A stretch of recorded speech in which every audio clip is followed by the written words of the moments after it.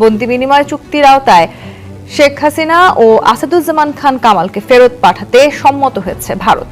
ভারতের নিরাপত্তা উপদেষ্টা, পররাষ্ট্রমন্ত্রী ও জ্বালানি বিষয়ক মন্ত্রীর সাথে বাংলাদেশের পররাষ্ট্রমন্ত্রী খলিলুর রহমানের বৈঠকের পর এসব জানিয়েছে পররাষ্ট্র মন্ত্রণালয়।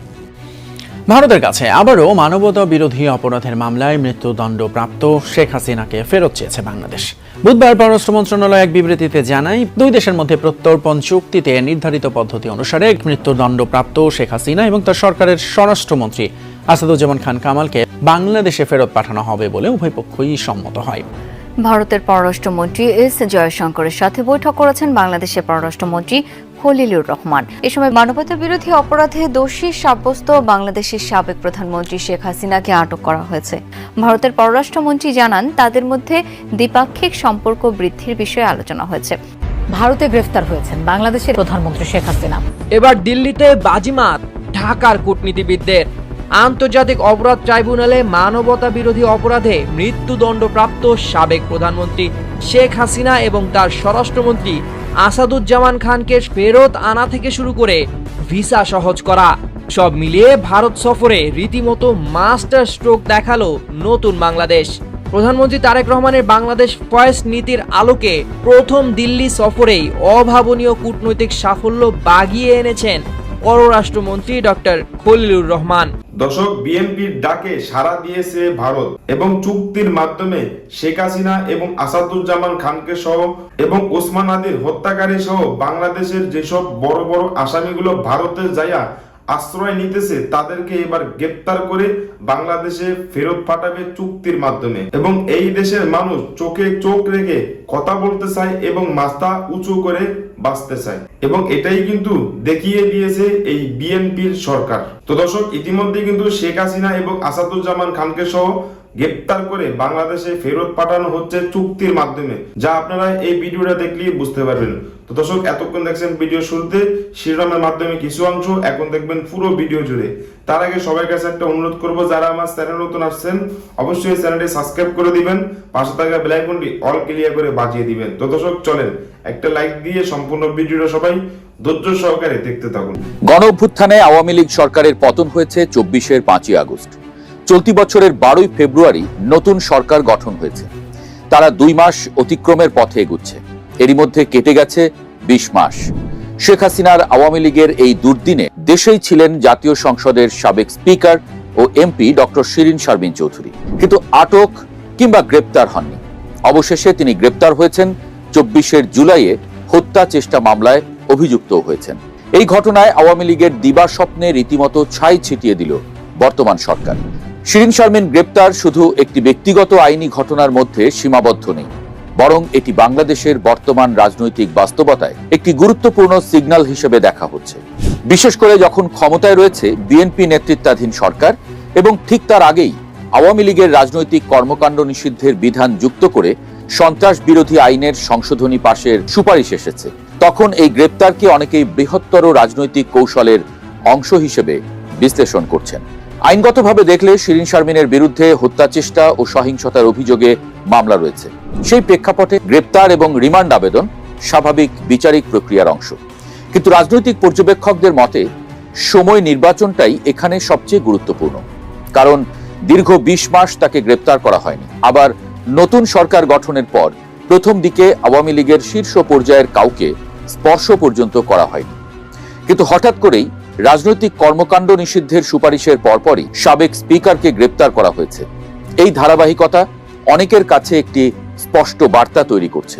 রাষ্ট্র এখন শুধু সাংগঠনিক নয়, প্রতীকী নেতৃত্বকেও আইনের আওতায় আনতে প্রস্তুত। অর্থাৎ এটি শুধু একজন ব্যক্তির বিরুদ্ধে পদক্ষেপ নয়, বরং একটি রাজনৈতিক অধ্যায়ের সমাপ্তি ঘোষণা করার মতো সংকেতও দিয়ে দিচ্ছে। বিএনপি সরকার ক্ষমতায় আসার পর আওয়ামী লীগ ও তার অঙ্গ সংগঠনের অনেক নেতাকর্মী মনে করেছিলেন কিছু সময়ের মধ্যেই তারা আবার রাজনৈতিকভাবে সক্রিয় হওয়ার সুযোগ পাবেন। বিশেষ করে মাঠ পর্যায়ে একটি ধারণা তৈরি হয়েছিল রাজনীতি নিষিদ্ধ করা স্থায়ী হবে না, পরিস্থিতি স্বাভাবিক হলেই ফেরা সহজ হবে। কিন্তু সাম্প্রতিক দুটি ঘটনা সেই ধারণাকে নড়বড়ে করে দিয়েছে। সন্ত্রাস বিরোধী আইনে সংশোধন এনে রাজনৈতিক কর্মকাণ্ড নিষিদ্ধের বিধান এবং সাবেক স্পিকার শিরিন শারমিনের গ্রেপ্তার, এই দুটি পদক্ষেপ মিলিয়ে একটি বাস্তবতা সামনে আসছে। রাজনীতিতে আওয়ামী লীগের দ্রুত প্রত্যাবর্তনের পথ আপাতত বন্ধ। এখানে সরকার হয়তো একটি কৌশলগত অবস্থান স্পষ্ট করছে, আর সেটি হলো শুধু দল নিষিদ্ধ করলেই হবে না, নেতৃত্বের জবাবদিহিও নিশ্চিত করতে হবে। বাংলাদেশের রাজনৈতিক কাঠামোয় স্পিকার পদটি প্রতীকী, কারণ তিনি সংসদের প্রধান এবং আইন প্রণয়ন প্রক্রিয়ার কেন্দ্রবিন্দু। সেই জায়গা থেকে একজন সাবেক স্পিকারকে গ্রেপ্তার করা মানে রাষ্ট্রের সর্বোচ্চ রাজনৈতিক কাঠামোর দায়বদ্ধতা নিয়েও প্রশ্ন তোলা। বিশেষ করে শিরীন শারমিন ছিলেন দীর্ঘ সময় ধরে ক্ষমতাসীন সরকারের ঘনিষ্ঠ ব্যক্তি এবং সংসদ পরিচালনার মুখ্য দায়িত্বে। তাই তাকে আইনের আওতায় আনা হলে সেটি একটি শক্তিশালী প্রতীকী বার্তা তৈরি করে। ক্ষমতার উচ্চতা দায়মুক্তি দেয় না। বর্তমান পরিস্থিতি বিশ্লেষণ করলে দেখা যায় বিএনপি সরকার সরাসরি বড় ধরনের দমন পীড়নের পথে না গিয়ে ধীরে ধীরে চাপ তৈরি করছে। এই কৌশলের কয়েকটি ধাপ স্পষ্ট। প্রথম ধাপ প্রশাসনিক পুনর্গঠন, দ্বিতীয় ধাপ আইন সংশোধন ও রাজনৈতিক কাঠামো পুনর্নির্ধারণ, আর তৃতীয় ধাপ হলো প্রতীকী নেতৃত্বের বিরুদ্ধে আইনি পদক্ষেপ।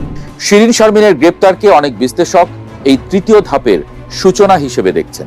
এই ঘটনার পর রাজনৈতিক অঙ্গনে সবচেয়ে বেশি আলোচিত শব্দটি হচ্ছে যদি এবং কিন্তু। কারণ এখন কয়েকটি সম্ভাবনা সামনে এসেছে। সম্ভাবনা এক, আরো শীর্ষ পর্যায়ের নেতাদের বিরুদ্ধে মামলা ও গ্রেপ্তার হতে পারে।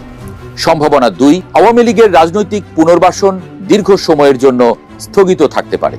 সম্ভাবনা তিন, সরকার একটি উদাহরণ তৈরি করতে চাইছে যাতে ভবিষ্যতে ক্ষমতার অপব্যবহার করলে একই পরিণতি হয়। দর্শক, অবশ্য এই সম্ভাবনাগুলো এখনো নিশ্চিত নয়, কিন্তু শিরীন শারমিনের গ্রেপ্তার সেই আলোচনা নতুন করে উস্কে দিয়েছে। বাস্তবতা হলো শিরীন শারমিনের গ্রেপ্তার আইনের কাঠামোর ভেতরেই ঘটেছে, কিন্তু রাজনৈতিক প্রভাবের দিক থেকে এটি একটি বড় ঘটনা। কারণ এটিতে ক্ষমতার শীর্ষ স্তরের একজন ব্যক্তিকে লক্ষ্যবস্তু করা হয়েছে। এটি নিষিদ্ধ রাজনীতির ভবিষ্যৎ নিয়ে নতুন প্রশ্ন তুলেছে। এটি ক্ষমতা পরিবর্তনের পর রাষ্ট্রের অবস্থান কতটা কঠোর হবে তার ইঙ্গিত দিয়েছে। সব মিলিয়ে এই গ্রেপ্তার একটি বার্তা বহন করছে। বাংলাদেশের রাজনীতিতে নতুন নিয়ম তৈরি হচ্ছে এবং সেই নিয়মে পুরনো ক্ষমতার প্রতিক্রিয়া আর নিরাপদ নয়। আগামীতে এই তালিকায় আরো কাদের নাম উঠতে যাচ্ছে এখন সেটি দেখার বিষয়। এবার দিল্লিতে বাজিমাত ঢাকার কূটনীতিবিদদের। ওসমান হাদির খুনিদের ফেরত আনা থেকে শুরু করে ভিসা সহজ করা, সব মিলিয়ে ভারত সফরে রীতিমতো মাস্টার স্ট্রোক দেখালো নতুন বাংলাদেশ। প্রধানমন্ত্রী তারেক রহমানের বাংলাদেশ ফার্স্ট নীতির আলোকে প্রথম দিল্লি সফরেই অভাবনীয় কূটনৈতিক সাফল্য বাগিয়ে এনেছেন পররাষ্ট্রমন্ত্রী ডক্টর খলিলুর রহমান। সবচেয়ে বড় চমকটি এসেছে প্রত্যর্পণ চুক্তির ক্ষেত্রে। ইনকিলাব মঞ্চের মুখপাত্র শহীদ শরীফ ওসমান বিন হাদি হত্যাকাণ্ডে জড়িত সন্দেহভাজনদের ইতিমধ্যে ভারত সরকার গ্রেপ্তার করেছে এবং তাদের বাংলাদেশের হাতে তুলে দিতেও আনুষ্ঠানিকভাবে সম্মত হয়েছে দিল্লি। এর চেয়েও বড় সাহসী পদক্ষেপ ছিল আন্তর্জাতিক অপরাধ ট্রাইব্যুনালে মানবতা বিরোধী অপরাধে মৃত্যুদণ্ডপ্রাপ্ত সাবেক প্রধানমন্ত্রী শেখ হাসিনা এবং তার স্বরাষ্ট্রমন্ত্রী আসাদুজ্জামান খানকে সরাসরি হস্তান্তরের অনুরোধ। 5 আগস্টের পর এই প্রথম ভারতের মাটিতে বসে নয়াদিল্লির চোখের দিকে তাকিয়ে হাসিনাকে ফেরত চাইল ঢাকা, যা প্রমাণ করে বাংলাদেশ এখন আর আগের সেই নতজানু অবস্থানে নেই। কূটনৈতিক এই মাস্টার স্ট্রোক এখানেই থেমে থাকেনি। গত কয়েক মাস ধরে বন্ধ থাকা ভারতীয় ভিসা নিয়ে চরম ভোগান্তিতে ছিল দেশের সাধারণ মানুষ ও ব্যবসায়ীরা। কিন্তু এই সফরের পরে আগামী কয়েক সপ্তাহের মধ্যে বাংলাদেশিদের জন্য চিকিৎসা ও ব্যবসায়িক ভিসা সহজ করার প্রতিশ্রুতি দিয়েছেন ভারতের পররাষ্ট্রমন্ত্রী এস জয়শঙ্কর।